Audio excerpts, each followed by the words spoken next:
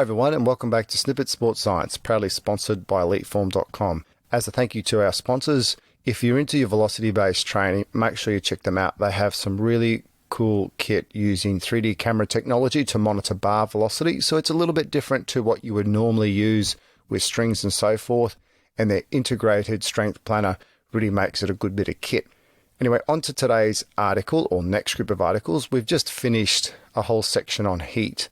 And Jared and I were speaking about what we would do next. And myself, I've actually been incorporating some isometric training, and in particular, long duration isometric training. There's a wealth of information out there, some really great podcasts that are covering this topic, and a good friend and colleague of mine, Alex Natira. If you're unfamiliar with his work, it's at Alex Natira. Look up anything he's been doing. There's some really great information. And obviously, you'll notice that the next few podcasts, it'll be just myself. So Jared's in the middle of his last push on his thesis writing. So as I said, I'd take the next few articles. So it'll just be me. Hope you can join in, and you can put up with just my voice instead of both of ours. As a little bit of a background, as a strength coach, I've actually been incorporating a lot of Alex Natira's type of work using the holds and the pushes. And I've been hearing a lot about this long duration isometrics, and I thought I'd start to give it a go. And I've probably done it, who knows, probably incorrectly in my own training, but I've actually been slowly evolving my type of program and how I've started with long duration isometrics, body weight, and started to add loading. And I've been testing every few weeks just to see how the body's responding. And I'm starting to get a clearer picture in my head on how it works, I think. Anyway, just to get a little bit more of an understanding, I started to do some more reading and a bit more digging. And so the first couple of episodes on this is just some really good background. And in particular, today's information is great background, and it actually doesn't come from a journal article, it comes from a classic strength and conditioning textbook. And it's actually called the Special Strength Training Manual for Coaches. And if you're an S&C coach, I think you'd be very familiar with this text. So I'm just going to take some of the information out from this. And the authors are Yuri and Natalia Verkhoshansky. Hopefully I said that right. Being Italian and want to say Gaviglio and not Gaviglio, I'm very conscious of that. And they've got a section on isometric exercise. I'm just going to pick out bits out of this, and I think it's really important to get a good understanding of isometric exercises before we delve into the actual studies, of which then we'll be going through some classic lower body stuff with the isometric mid-thigh-pull, comparing squatting, and then moving on to the upper body, which we don't typically focus a lot on. I think this is going to be quite insightful, so I'm going to hop straight into it, and they've got a section in their book on isometric exercises. As we're probably familiar with us being strength coaches, this type of resistance training causes the muscle group tension by applying push-off or traction force to a motionless object and maintaining this tension for a certain period of time. As a result, the muscle length doesn't change and the traction or the push-off forces remain relatively steady. The popularity of isometric exercises started around the middle of the 1950s. This spread was due to the research for methods to develop muscular strength and was characterized by a high saving and a high efficacy. Muller, around 1953 to 1955, established that 10 weeks of daily execution of isometric tension at 2/3 of the maximal level for a length of 6 seconds leads to a weekly increase of 5% in muscular strength. Positive results obtained thanks to isometric training cause a chain reaction in the field of research. Naturally, the aim of most of these researchers was connected to the question, what is the most efficient type of training, isometric or the dynamic one?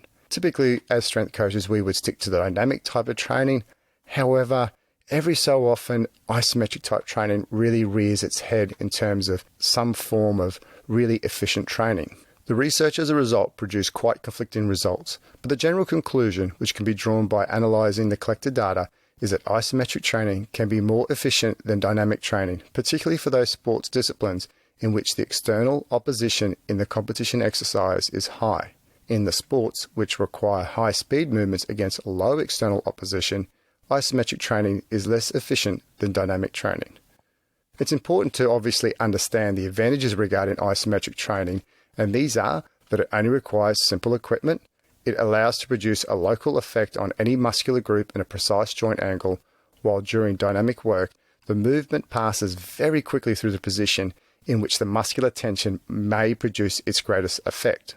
it requires less time and energy.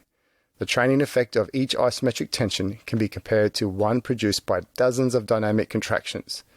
In other words, the length of the maximum effort in isometric exercise lasts approximately 6 seconds. In dynamic exercise, it's not longer than 0.1 of a second. It gives better visual and kinesthetic memorization of movement images than a dynamic regime of muscular work.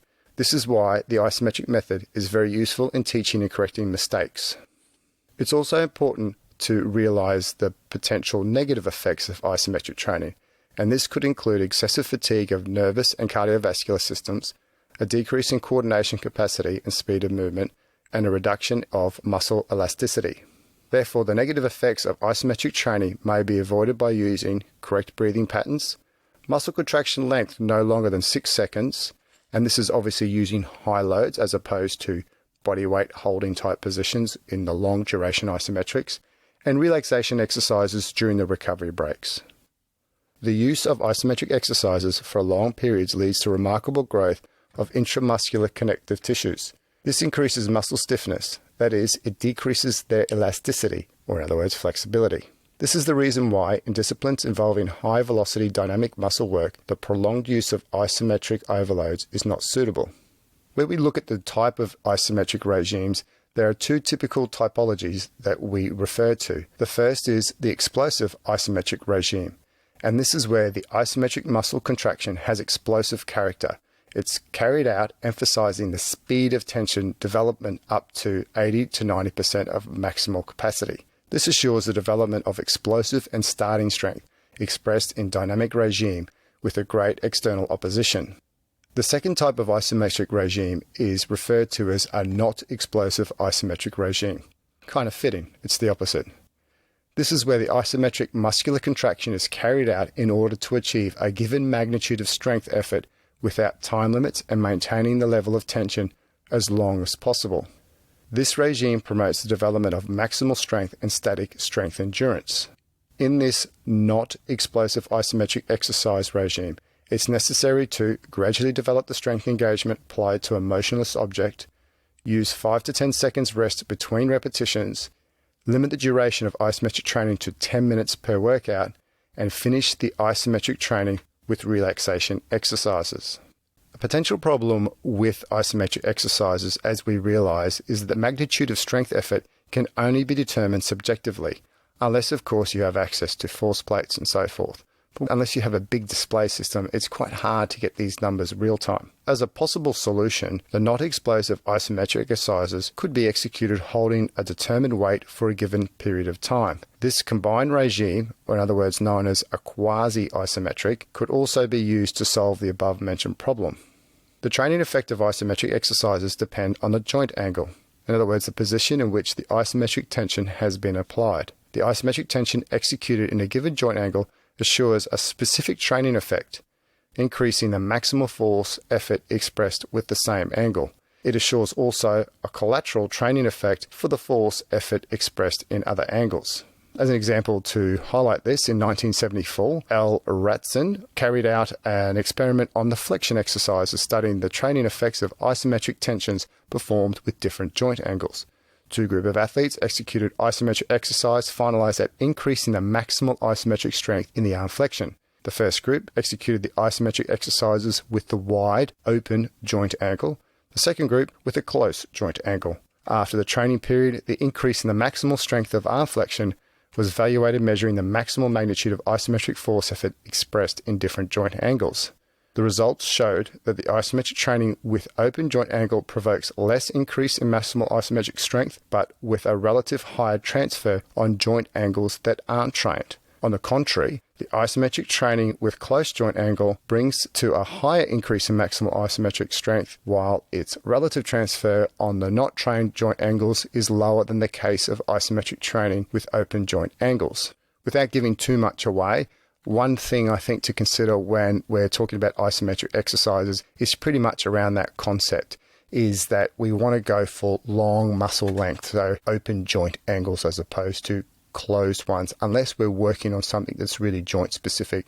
So if you're having a group of athletes and you're thinking, do I go for a deep split squat, or do I have the bench really high arm position or low towards the chest? Think about long muscle groups if you want a greater transfer across all muscle joint angles. Overall, the following guidelines for isometric training could be followed. 1. It's necessary to execute isometric exercises in specific positions or postures that are appropriate to the moment of display of maximum effort in the competitive exercise.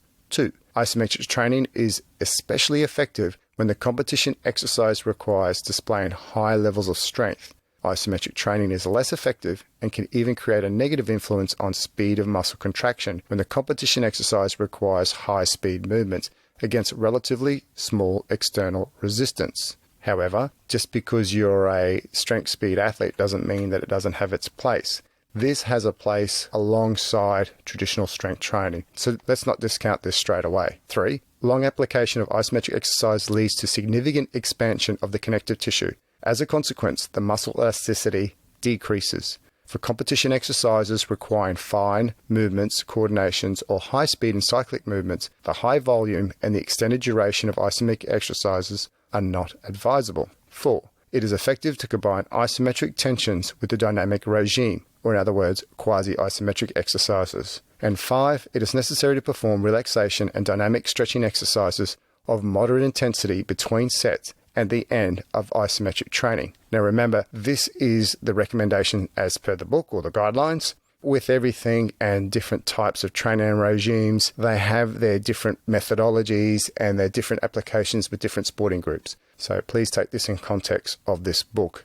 Now that we've covered that first section around the basics of isometric training and guidelines to follow, this next section perhaps has greater application as a strength coach and the practicality behind it. And this is around the resistance exercises in combined regimes. And this is pretty much two sections. The first one is called a static dynamic regime. In the static dynamic regime, isometric and dynamic regimes are sequentially combined into one exercise. There are 3 different typologies of exercises executed in the static dynamic regime, and they are 1. Quasi-isometric exercises, 2. Explosive static dynamic exercises, and thirdly, slow dynamic exercises with reduced amplitude of movement. Referring to the first section, the quasi-isometric exercises, they're executed with a considerable weight and include the combination of dynamic strength effort, that's a lifting of the weight, and static strength effort, pushing or holding the weight for a given period of time. The pushing version of the quasi-isometric exercise is known as Hoffman's method.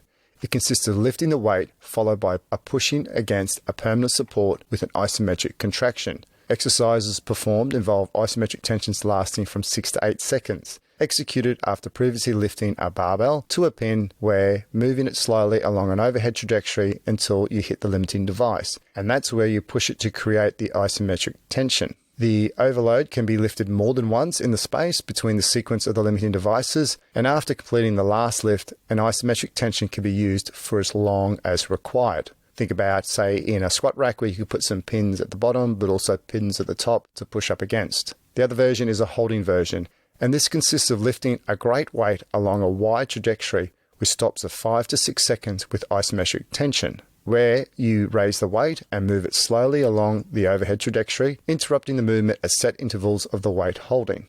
Say, for example, you're doing a deadlift from the floor, you'll be lifting it from the floor to your knees, holding that for a period of, say, 5 to 6 seconds, and then you could move it up again to, say, the mid-thigh, and once again holding that there as again for another 5 to 6 seconds. This allows the tension to act on muscles along the whole trajectory and to assess the strength increase on the basis of the increases in the overload.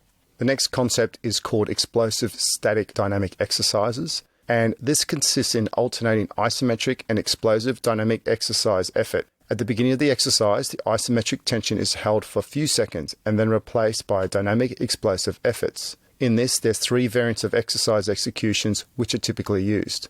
The first variant includes performing exercises of isometric tensions of between 5 to 6 seconds, holding a weight equivalent to around 80% of the maximal, and subsequent explosive dynamic work efforts with a weight equal to around 50 to 60% of the maximal. This variant is used for developing the explosive and the high-speed strength.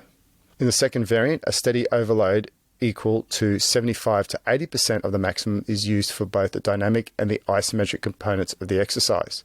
For example, in this second variant, the athlete will have, say, a barbell on his or her shoulder, and they pass from a stationary upright position to a semi-squat position. And they maintain it for 3 to 5 seconds, and afterwards they jump upwards at maximum speed. The exercise is repeated after landing. This variant is used for developing the explosive and the maximal strength. In the third variant, the muscles are slowly stretched in the isometric regime until a level equal to 70 to 80% of the maximum. Subsequently, the external resistance is suddenly eliminated thanks to a special device. Muscles begin shortening and their previous potential of tension is used against an external opposition to about 30 to 40% of the maximum. In this way, a very high power of muscular work is developed. It is much higher than which can be developed without a previous isometric muscle tension.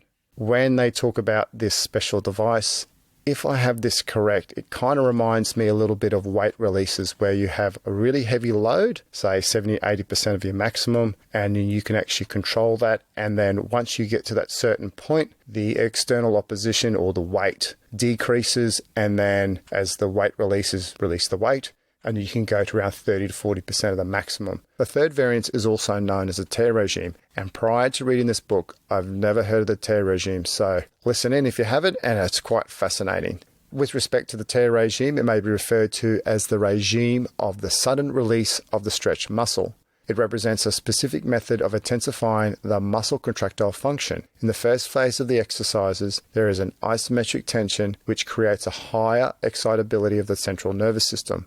Subsequently, after the sudden elimination of the external opposition, an instantaneous explosive muscular contraction against quite a weak external opposition takes place. Naturally, the practical use of the tear regime requires the development of such a special device.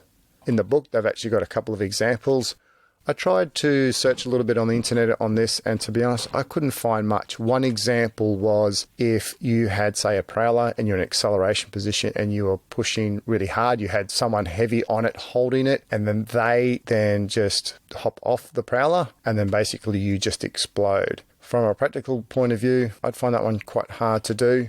However, once again, I almost think weight releases of some sort, maybe in a Smith machine, could be used quite effectively here. You could hold it really heavy load, decrease it enough, and you could just explode either with a jump squat or a bench throw. The third concept in respect to this static dynamic regime is called slow dynamic exercises with reduced amplitude of movements. This idea was proposed in the 1980s, and this consists on the enforcement of the creatine phosphate shuttle mechanism, which allows increasing contractile and oxidative capacity of the muscles involved in competition exercises, such as execution of standing jumps with overload and hip flexion resistant exercises in a definite interval regime. This idea was proposed in the 90s based on the increasing of the contractile capacity or strength only in slow twitch fibers, assuring their hyperplasia, where this is the process of forming new fibers. So the idea behind the slow dynamic exercises with reduced amplitude of movements is that the problem in traditional resistance exercises is that they are usually executed in a dynamic regime with a wide amplitude of movements, which cannot be effective for increasing the contractile capacity of the slow twitch fibers. Only the fast twitch fibers are stimulated enough to assure a training effect. As a result, this happens because such regimes allow contractions and relaxations of the muscles during the exercise execution, assuring an adequate blood flow to the oxidative fibers while there is not an accumulation of hydrogen ions. Without acidosis, there is no training effect in these fibers. Therefore, it is necessary to impair a blood circulation in the slow fibers during the exercise by keeping them tense and avoiding relaxation. This is this reduced amplitude concept. In other words, in order to facilitate the process of forming new muscle fibers, that's hyperplasia, one has to impair blood flow through the working muscles. If resistance exercises are executed in a regime which does not let the muscles relax and keep the capillaries compressed, it allows facilitating hyperplasia in the slow muscle fibers. Now we start to think about blood flow restriction. Although it doesn't cover in this, similar kind of concept. For increasing the contractile capacity of the slow twitch fibers, some authors have proposed the following method, which has also been taken from the bodybuilding community. The overload weight is 10 to 40% of 1 RM. The resistance exercise is performed without muscle relaxation between the reversal phases of movements. the amplitude of movements is reduced. Each overcoming phase of the reversal movement must be executed from a joint angle flexion position starting from 90% until the angle of 110% is reached. The rate of movement repetition is very low, and the speed of movements is constant. In each of the reversal phases, the movements are executed without weight acceleration. These exercises are usually executed in super series, in which different resistance exercises from the same muscle group can also be executed. As some basic guidelines here, 3 to 5 sets of 30 to 40 seconds duration, or until the pain sensation is reached, are repeated with 30 to 40 seconds active rest intervals between set. Sounds a little bit like BFR.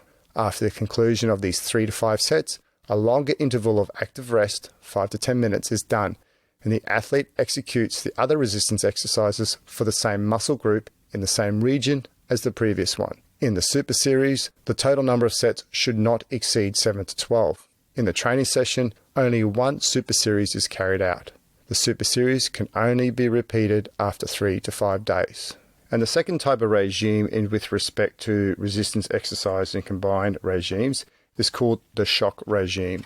And this is categorized by a sharp, sudden force effort of the muscles stretched by a former short, powerful impact against an external opposition. It's used to develop explosive strength, reactive ability, and maximal strength. This regime is categorized by a great training effect on the motor and the neuromuscular system and on the central mechanism that regulates muscle contractile function. The shock regime has been thoroughly investigated through the 1960s, and the idea behind this method is in the use of the body, or a training device, kinetic energy, accumulated in its free fall to stimulate neuromuscular tension. The neuromuscular tension is provided at the contact after dropping from a specific measured height. The body landing causes a relatively short phase of amortization that causes a sharp shock stretching of the muscles, and that brings the two interrelated reactions of the neuromuscular system. Firstly, an increasing of the motor neuron stimulation intensity, and secondly, creating elastic potential of muscle tension. This assures that an increase in the speed of the subsequent muscle contraction during the fast switching from the plyometric or the yielding to myometric, the overcoming regime. As you could probably start to think here, the shock regime is more commonly referred to also as plyometrics. And I think we start thinking about drop jumps and push-up depth jumps as examples of this. However, the author of this book does not necessarily like the word plyometric to define the shock method and thinks that it isn't correct because the principal training factor involved in this method is not simply the former muscle stretching in the yielding regime, but rather the fast switching from the sharp shock stretching to vigorous contraction. As I alluded to earlier, the simplest form of this type of exercise in the shock regime is a depth or a drop jump. The consequent fast twitching of the muscles from yielding to overcoming regime produces a vigorous acceleration of the load. In order to avoid injury, it's necessary to provide limiting devices to block the movement of weight from going further than necessary if you're using a special device. In the preparation of exercise execution, it's also important to take in the following considerations. Firstly, the starting position is selected after taking into consideration the position of the body at which the maximum working effort is expressed in the competition exercise. Specificity. Secondly, the initial pathway should be minimal but sufficient to create the shock tension in the muscle. Thirdly, the size of the shock effect is determined by the overload weight and by the height from which it falls. The optimal combination of these two factors have to be empirically determined. However, preference should always be given to greater height rather than greater weight. The exercise in the shock regime should be executed only after an adequate warm-up. And lastly, the dosage for shock exercises depends on the quality of execution and should not exceed 4 sets of 10 repetitions. When the athletes execute for the first time this exercise, then the dosage should not exceed 2 to 3 sets of 5 to 8 repetitions.